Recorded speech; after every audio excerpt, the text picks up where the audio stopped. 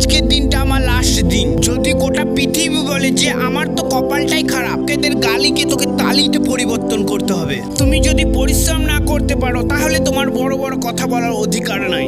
যেমন গাছের শুকনো পাতা না ঝরলে কোনোদিনও নতুন পাতা আসে না, তেমনই পরিশ্রম না করলে সুখের দিন আসে না। তাই ভাবতে হবে যে কাজটা আমি করছি ওটার জন্য সব কিছু দিতে আমি রাজি। যদি গোটা পৃথিবী বলে যে আমার তো কপালটাই খারাপ, তাহলে কেন আমি আমার কপালটা চেঞ্জ করতে পারবো না? প্রতিদিন সকালে উঠে বলতে হবে আজকের দিনটা আমার লাস্ট দিন।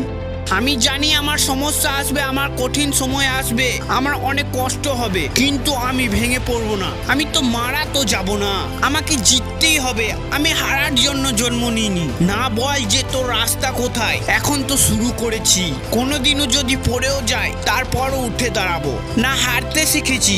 আমি জানি আমার পথ চলতে গেলে পথে অনেক কাঁটা আসবে, কিন্তু আমাকে পারতেই হবে। এটা আমি অন্যকে না, নিজেকে কথা দিয়েছি। পরিশ্রম যে করতে শিখে যায় তাকে এই গোটা পৃথিবীও আটকাতে পারে না সফলতা পেতে। আর একটা কথা ভালো করে মাথায় ঢুকিয়ে নে, নিজেকে যতটা বাহানা দিবি ততটাই নিজের প্রতি নিজেকে ঠকানো হবে। তাই আজ থেকে টাইম ওয়েস্ট না করে নিজের স্বপ্নের প্রতি ফোকাস কর। যে সফলতার রাস্তার পথে চল, কাজের প্রতি ভালোবাসতে বাধ্য কর, আর দুনিয়াকে তুই দেখিয়ে দে তুই একটা লুজার না।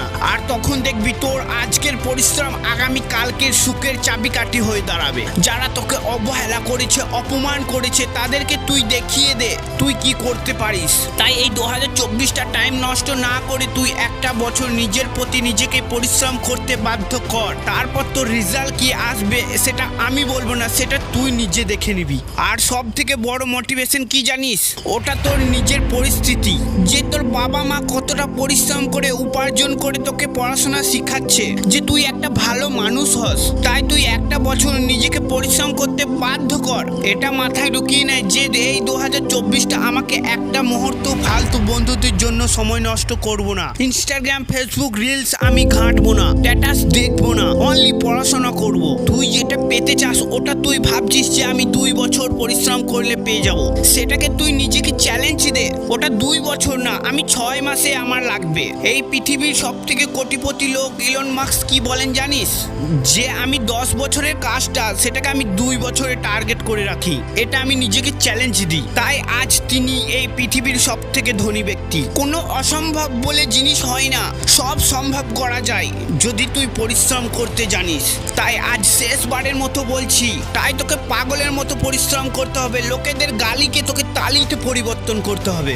যখন তুই বুঝে নিবি যে তোকে পাগল বলছে, তখন তুই জেনে নিবি যে আমার স্বপ্ন পূরণ হতে আসছে। তাই কমেন্ট করে জানাবেন এই ভিডিওর মধ্যে কোন লাইনটা আপনাকে ভালো লাগলো। আর চ্যানেলটিকে অবশ্যই সাবস্ক্রাইব করবেন আর বেল নোটিফিকেশনটা অন করে দেবেন।